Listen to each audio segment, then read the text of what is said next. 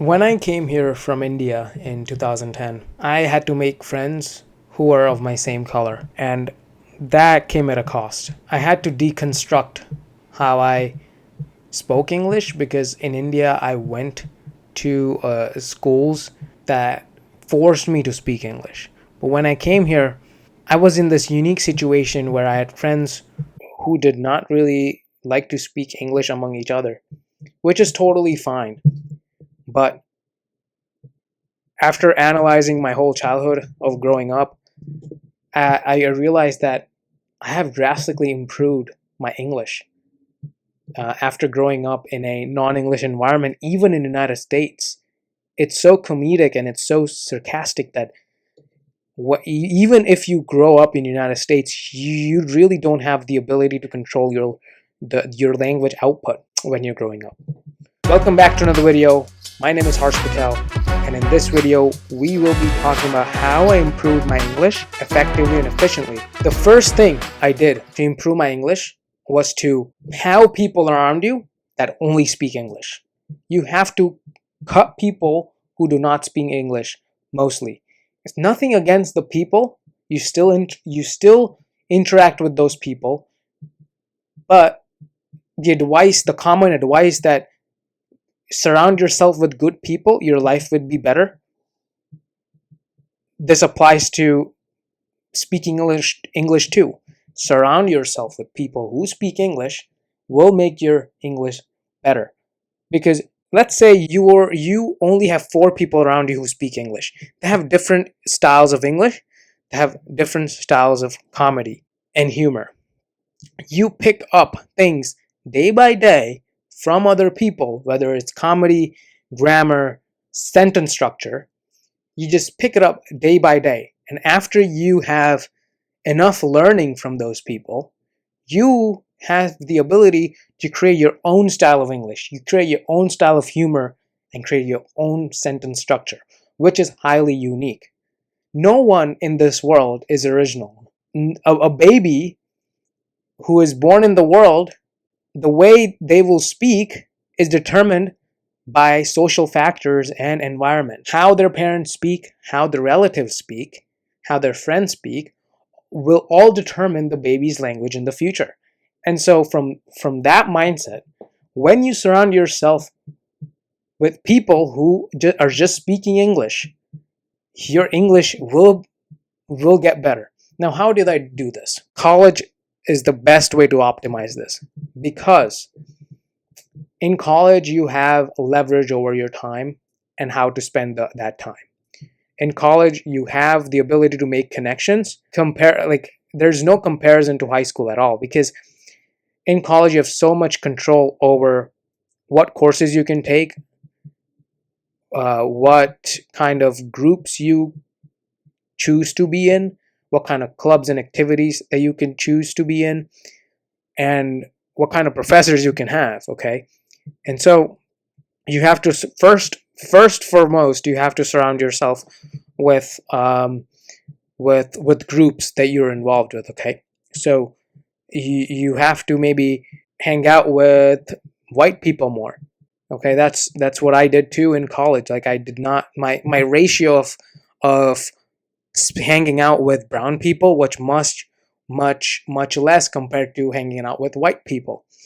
And so I was forced to speak English all the time. And so your hangout groups definitely have to change if you really want to speak good English. The second thing you want to do is, this might be a little controversial and little maybe superficial, but you have to, if you're dating someone, just speak English with them. Because if you live in the United States, this is my perspective. If you live in the United States, if you're brown, this is my example. If you live in the United States, if you're brown, I think when you're dating people, even though if you are same color, both of you, it's going to be beneficial in the long term if you just converse in one language. Obviously, here and there, yes, you can speak your native language, but if you are dating someone, you really want to speak English. The most open you will be, the one you're dating, you will be most open to. That's the sole reason why it's really important to converse in English, even if you are, let's say, brown. For me personally, I'm dating a white person, so like I have all the advantages in terms of that. Like I have to converse in English, and my English keeps getting better and better as the days go by, just because the conversations you're going to have are going to be totally in English. And so if you really care about this topic, I think this is the greatest chunk of your life that you can control, your dating and your personal life, to fix that. If you are with your partner, maybe you will marry them someday. You will be with your partner forever.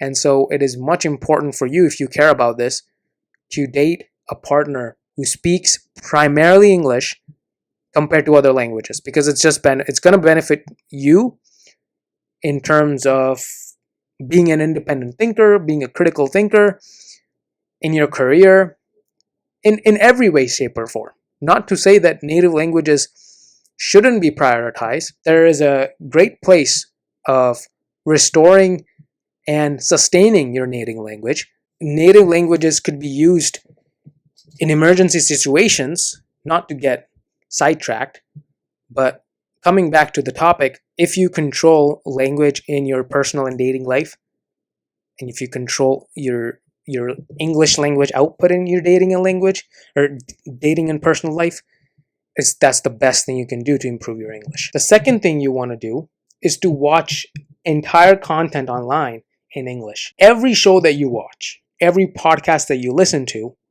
every YouTube video that you watch has to be in English. There is no exception. Because when you restrict yourself from watching things that are other than English, you naturally pick up on things. You naturally learn grammar, sentence structure, and the way people speak, communication styles, humor, and even stand-up comedy as well.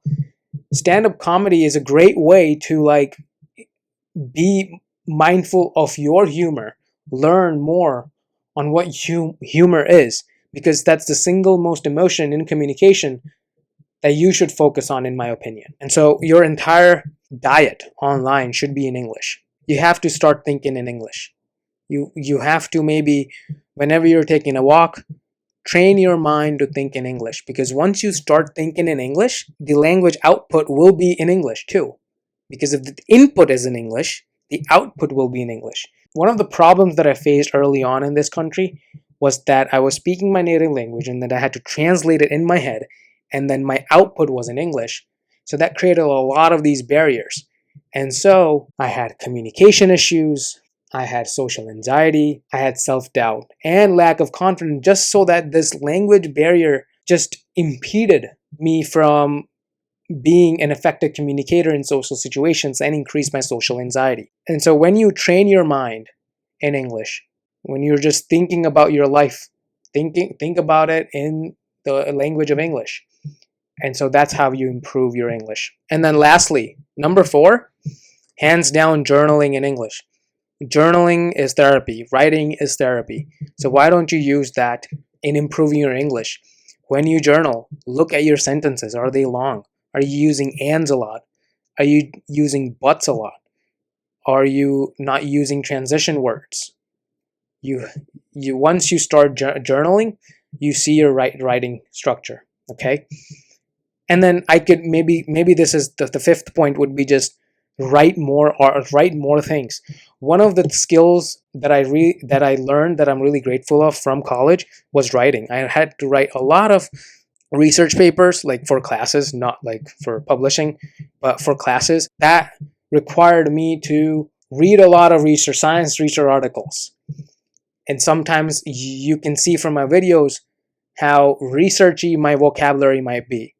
Some of it, but like how it shows how the content you consume and the way you write shows how your general English structure, speaking structure will be.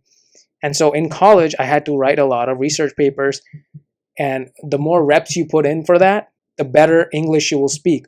Writing is the precursor to concise English communication. And when that writing is in English, even Jordan Peterson says that when you have a writing routine that is powerful, that meaning when you have a concise writing session with yourself, you speak powerfully because there are no rooms of error. You have thought through everything when you're writing. Let's say you are writing research papers or papers generally in college. You're writing about a topic. Let's just say you have a topic. Let's just say you are writing, let's say, a cringy topic about gun control. And you have two options: writing about gun control or making a YouTube video about gun control. If you were to make a YouTube video on gun control without a written script, you would be so much worse in explaining everything about gun control and like the recent laws about gun control. You'll be so much worse compared to having a script. That means having an essay written on gun control and then making a video from that essay. So what my point is, when you write things out, you have the ability to structure it in a great way. And the way you write is the way you think. And then that follows your English. I think if you really want to level this up, you have to start video creation. You have to start some sort of social media content creation. Because if you look at this video and if you look at my first YouTube video, there might be a lot of difference in how I speak in front of a camera. And it's obviously, it's not to say that I'm building up camera confidence, but as I put in more reps into just speaking in front of a camera, I am training myself to speak better English. And so those are my top 5 tips. I hope you learned a lot from this video, and I hope to catch you in more good videos. See ya.